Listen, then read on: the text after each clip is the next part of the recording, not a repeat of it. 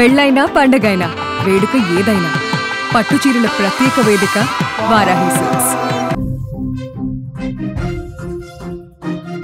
Breaking news చూస్తున్నాం. Honeymoon హత్య కేసులో సంచలన విషయాలు రోజు రోజు బయటకు వస్తున్నాయి. భర్తను టచ్ చేయనివ్వనని చెప్పి భార్య సోనం ముందే కండిషన్ పెట్టింది. హత్యకు ముందు జరిగిన పరిణామాలు ఒకసారి మనం మాట్లాడుకుంటే, కామాఖ్య ఆలయంలో పూజలు పూర్తి చేసిన తర్వాతే నన్ను నువ్వు తాకాలి అంటూ కండిషన్ పెట్టింది సోనం. దట్టమైన అడవుల్లో కామాఖ్య ఆలయానికి తీసుకెళ్ళింది. ప్లాన్ ప్రకారం ఆ అడవిలోకి తీసుకెళ్లి ఒక ప్లాన్ ముందుగానే రచించి అక్కడ సోనం ఏ విధంగా దారుణానికి పాల్పడిందో ఒక్కొక్క విషయం బయటకు వస్తుంది. వేశ్రావింగ్ జలపాతం వద్దకు తీసుకెళ్ళింది. సుపారీ గ్యాంగ్ను పురమాయించి అక్కడ ఎవరూ లేని ప్రదేశానికి తీసుకెళ్లి హత్య చేసింది. రఘువంశీని హంతకులకు అప్పగించింది ఆ జలపాతం దగ్గరే అని తెలుస్తోంది. హత్య చేస్తుంటే కళ్ళప్పగించి హత్య మొత్తం కూడా సోనం చూసినట్లుగా వార్తలు ఇప్పుడు బయటకు వస్తున్నాయి. హనీమూన్ హత్య కేసులో సంచలన విషయాలకు సంబంధించిన వార్త మనం చూస్తున్నాం. 9 గంటల్లోనే పథకం వేసి భర్త రఘువంశీని సోనం లేపేసింది. ఆ 9 గంటల్లో హత్య చేసేందుకు ఎలాంటి ప్లాన్స్ వేసిందో ఆ క్రైమ్ సినిమా సీన్స్ను తలపించే విధంగా అంత దారుణంగా ఈ హత్యను రూపొందించింది.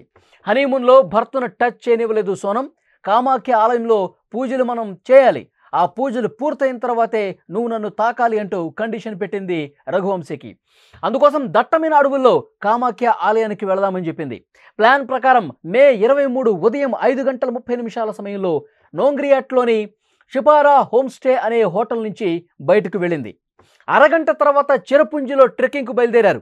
భర్తతో అక్కడి నుంచి బయలుదేరగానే కిరాయి హంతకులకు మెసేజ్ చేసింది. దీంతో హోమ్ స్టేలో బస చేసిన 3 నిందితులు కూడా బయలుదేరి వచ్చారు. ఉదయం 10 గంటల నాటికి సోనం రఘువంశీ కలిపి 2000 మెట్లు ఎక్కారు. ఆ సమయానికి మధ్యాహ్నం 12:30 ప్రాంతంలో సోనం రాజా తల్లి ఉమా రఘువంశీకి ఫోన్ చేసి మాట్లాడింది. కాలినడకన ప్రయాణం చేయటం వల్ల అలసిపోయామని చెప్పింది. రఘువంశీ కూడా తల్లితో మాట్లాడాడు. అప్పటికే వారిని చేరుకున్న 3 నిందితులు రఘువంశీతో మాటలు కలిపి స్నేహం చేశారు. అలా 5గురు కలిసి ముందుకు కదిలినటువంటి పరిస్థితి ఉంది. మనం విజువల్స్లో చాలా స్పష్టంగా చూడొచ్చు. హత్యకు ముందు ఉన్నటువంటి దృశ్యాలు చాలా స్పష్టంగా మనం చూస్తున్నాం. కామాఖ్య ఆలయానికి తీసుకెళ్ళింది. ఆ దట్టమైన అడవుల్లో హత్య చేయాలని ముందుగానే ప్లాన్ రూపొందించింది సోనం. అక్కడ పర్యాటకుల తాకిడి ఎక్కువ ఉండటంతో, ఇక్కడ ఎక్కువ మంది జనం ఉండటంతో ఇక్కడ వర్కౌట్ కాదని చెప్పి వేశ్రావింగ్ జలపాతం వైపు దారి మరల్చింది. మధ్యాహ్నం 1 గంట నుంచి 1:30 మధ్య వేశ్రావింగ్ జలపాతాల వద్ద పార్కింగ్ స్థలానికి తీసుకెళ్ళింది. సోనాల్ నుండి సిగ్నల్ అందగానే నిందితుల్లో ఒకడైన విశాల్ రాజా రఘువంశీ తల మీద కత్తితో బలంగా దాడి చేశాడు. అనంతరం హత్య చేశాడు. ఈ హత్య జరిగిన సమయంలో సోనం అక్కడే ఉంది. భర్త హత్యను కళ్ళారా చూసింది. తన భర్త హత్యకు గురైన వెంటనే మధ్యాహ్నం 2:15కి 7 జన్మం సాత్ హై అంటూ 7 జన్మలకు కలిసే అన్నట్టుగా ఒక పోస్ట్ పెట్టింది. మధ్యాహ్నం 2:30 సమయంలో నిందితుడు రాజా మృతదేహాన్ని రియాట్ అర్లియంగల్లోని ఉన్న ఒక పెద్ద లోయలో విసిరేశారు. ఉదయం 5 గంటలకి చంపాలని ప్లాన్ వేసుకుని మొత్తం 9 గంటల్లోనే కథ మొత్తం ముగించేసింది సోనం. ఈ హత్య జరిగిన తర్వాత ఇండోర్ వచ్చింది. ఓ ప్రైవేటు గదిలో ప్రియుడు రాజ్ కుష్వాహాతో కలిసి ఆ తర్వాత ఉత్తరప్రదేశ్కు వెళ్ళిపోయింది సోనం. అప్పుడు యూపీలోని గాజీపూర్లో ప్రత్యక్షమైంది. ఒక ప్లాన్ ముందే వేసుకున్నారు. ఎవరో కిడ్నాప్ ముఠా నన్ను కిడ్నాప్ చేసేసి ఇక్కడ గాజీపూర్లో వదిలేశారని చెప్పి ముందుగానే ప్లాన్ రూపొందించుకొని అక్కడ ప్రత్యక్షమై ఫోన్ చేసింది. ఆ తర్వాత వెంటనే పోలీసులు కూడా అక్కడికి చేరుకున్నారు. క్వశ్చన్ చేశారు.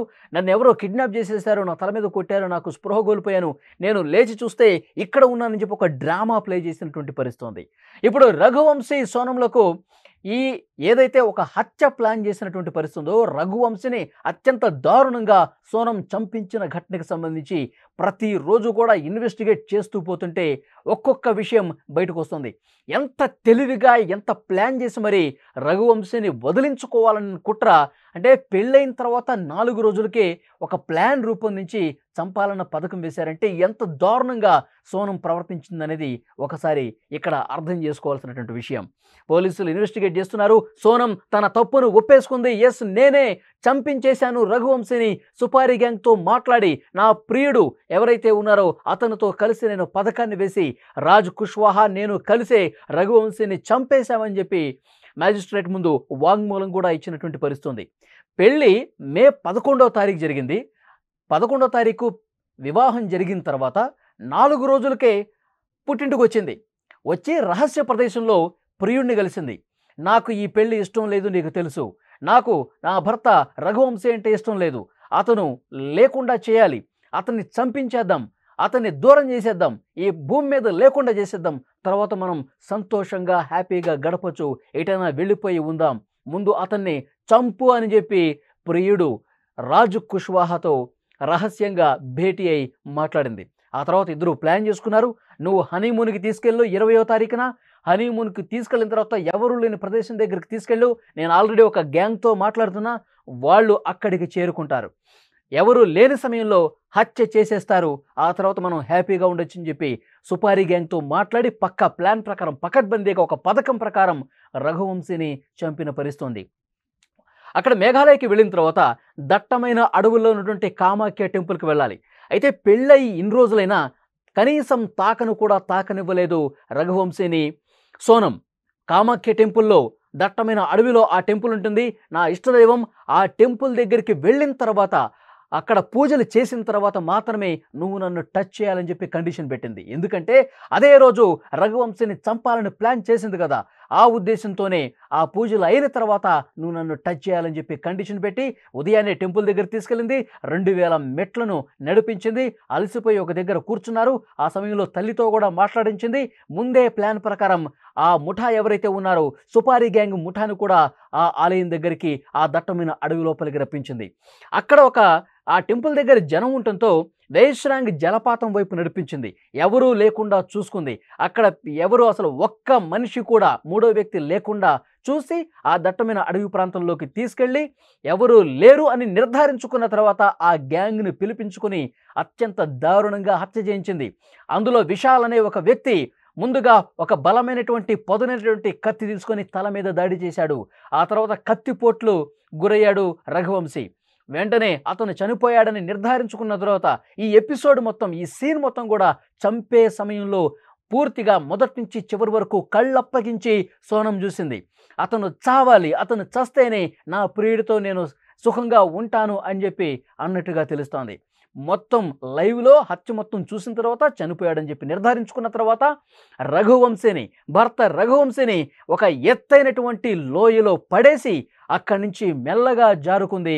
ఫోన్లు స్విచ్ ఆఫ్ చేసేసింది. తర్వాత అక్కడ ఇండోర్కి వచ్చి ప్రియుడు రాజ్ కుష్వాహాను కలిసింది. ఒక పథకం ప్రకారం సుపారీ గ్యాంగ్తో మాట్లాడి అనుకున్నది అనుకున్నట్లుగా భర్త రఘువంశీని మనం చంపేశాం, ఇప్పుడు మనం హ్యాపీగా ఉండొచ్చు అని చెప్పి అనుకున్నారు. అప్పుడు ప్రియుడు మరొక పథకం వేశాడు.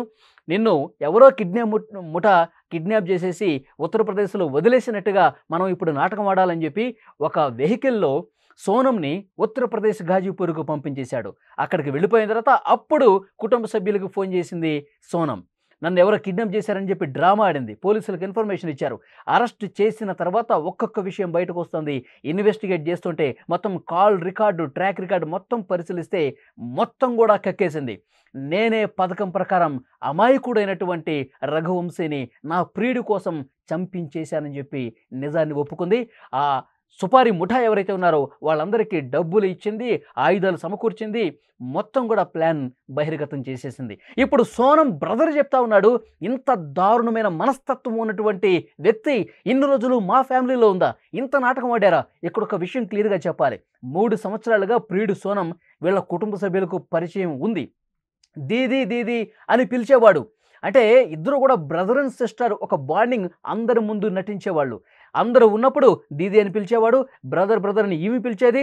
ఒక పెద్ద నాటకం ప్లేన్ చేశారు అందరి ముందు. కానీ ఎవరు లేనప్పుడు మాత్రం ప్రేమ పావురాల్లాగా వ్యవహరించేవాళ్ళు. ఎవరు లేరు అని నిర్ధారించుకున్న తర్వాత వాళ్ళ సరస సల్లాపాలు సాగించేవాళ్ళు. బైక్ మాత్రం బ్రదర్ సిస్టర్ నాటకమాడి లోపల మాత్రం ఇదంతా నడిపించారు. ఎంత దారుణం! ఈ కుటుంబ సభ్యులకి ఇదంతా తెలిసిన తర్వాత ఆశ్చర్యపోతున్నారు. ఇంత దారుణంగా బిహేవ్ చేసింది, ఇంత క్రూరమైన కర్కశమైనటువంటి మనస్తత్వం సోనంకు ఉందామని చెప్పి వాళ్ళు చాలా బాధపడుతూ ఆవేదనతో వ్యక్తపడుతున్న పరిస్థితి ఉంది. సోనం బ్రదర్ చాలా స్పష్టంగా చెప్తున్నాడు, ఆమెను ఉరి తీయండి, మా కుటుంబ సభ్యురాలు ఇక నుంచి కాదు, ఆమెను ఉరి తీస్తేనే మాకు మనశ్శాంతి అని చెప్పి ఆ కుటుంబ సభ్యులు సోనం బ్రదర్ స్వయంగా చెప్తున్నాడంటే వాళ్ళ ఆవేదన ఏ విధంగా ఉంది, వాళ్ళ పశ్చాత్తాపం ఏ విధంగా ఉందో ఇక్కడ మనకి చాలా స్పష్టంగా అర్థమవుతుంది. వారి రఘువంశీ కుటుంబ సభ్యులు కూడా వీళ్ళు క్షమాపణ చెప్తా ఉన్నారు. అసలు సోనం ఈ విధంగా ప్రవర్తిస్తుందని చెప్పి అస్సలు మేము ఎక్స్పెక్ట్ చేయలేదు. పెళ్ళైనటువంటి కొన్ని రోజులకే వాళ్ళ కాపురం సజావుగా సక్రమంగా ఉంటుందని చెప్పి మేము భావించాం. ఇంత క్రిమినల్ బ్రెయిన్తో సోనం ఉందని మేము అనుకోలేదు. దయచేసి మీరు క్షమించండి, మీకు ఎంత క్షమాపణ చెప్పినా అది తక్కువే అవుతుందని చెప్పి వాళ్ళు కాళ్ళు పట్టుకుంటున్న పరిస్థితి ఉందంటే సోనం ఎంత దారుణంగా బరి తెగించి ఈ విధంగా చేసిందన్నది కూడా ప్రపంచం మొత్తం ఇవాళ మాట్లాడుకుంటున్న పరిస్థితి.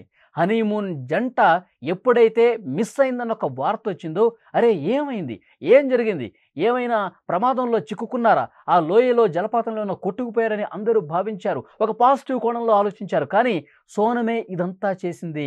తన భర్తను పెళ్ళైన రోజుల వ్యవధిలో మట్టుబెట్టి ఒక పథకం ప్రకారం ప్రియుడు మోజులో పడి ఈ విధంగా చేసిందన్న వార్త తెలిసిన తర్వాత సోనం ఇక ఈ భూమి మీద ఉండటానికి వీల్లేదు, ఉరి తీయండి అని ఒక డిమాండ్ వస్తుందంటే ఎంత దారుణంగా అలాంటి మనస్తత్వంతో ఉందన్నది కూడా అర్థమవుతున్నటువంటి పరిస్థితి ఉంది.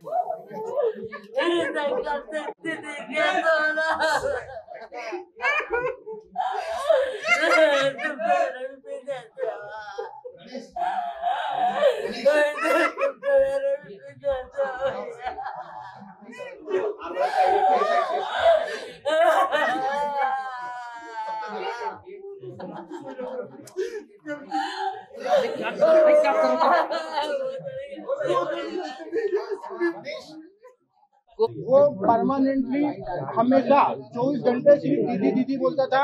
ये कि उसके राज की जो घर वाले हैं, उसकी बहन माँ वगैरह, वो भी यही बयान दे रहे हैं शायद। तो दीदी भी बोलता था और दूसरा राखी बांधते थे ये 3 साल से, और मेरे खुद घर में हम दोनों साथ में बैठ के राखी बनवाई। तो क्यों मारा राजा को? कौन मुझे उसका आइडिया नहीं। मैं वो सिर्फ रो रही थी, फूट फूट के रो रही थी कि भैया मैं यहाँ पे हूँ और ढाबे पे हूँ। मैंने वो ढाबे वाले से बात करी, उससे बात नहीं करी। मैंने ढाबे वाले से बात करी कि भैया इस केस को तुम सिर्फ सोनम रघुवंशी गूगल पे लिखोगे, पूरा केस खुल जाएगा, आप सिर्फ इसको नजदीकी थाने में विश्वास हो। उसने बोला मैं अकेला हूँ, तो मैंने सब चीजें अरेंज करके 2-4 थाने में फोन लगाया और मैंने पुलिस को वहाँ भेज के उनको अरेस्ट करवाया। उससे 2-4 बार मेरी बात हुई थी, अगर उसमें कोई नहीं, मुझे मैं ये नहीं पूछ पाया कि कैसे क्या करना, कैसे क्या किडनैप हुआ, क्या हुआ, क्योंकि वो फूट फूट के रो रही थी और घबराई हुई। भैया से मैंने पूछा कि तुम सोनम से मिले थे कि नहीं मिले थे, पहले तो मेरे को ये बताओ। तो उन्होंने बोला कि मम्मी मैं सोनम से मिला था 3 मिनट के लिए। तो मैंने बोला कि उसको मारा क्यों नहीं तुमने? तो बोले मारने का मौका ही नहीं दिया, पुलिस और मीडिया इतनी सारी थी वहाँ पर। क्या बात हुई आपकी?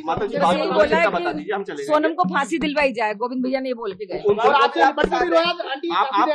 आप गोविंद को माफ कर रहे हैं? आपको लगता है वो राजा के लिए दुखी थे, वो राजा के लिए दुखी थे, सोनम के लिए दुखी नहीं।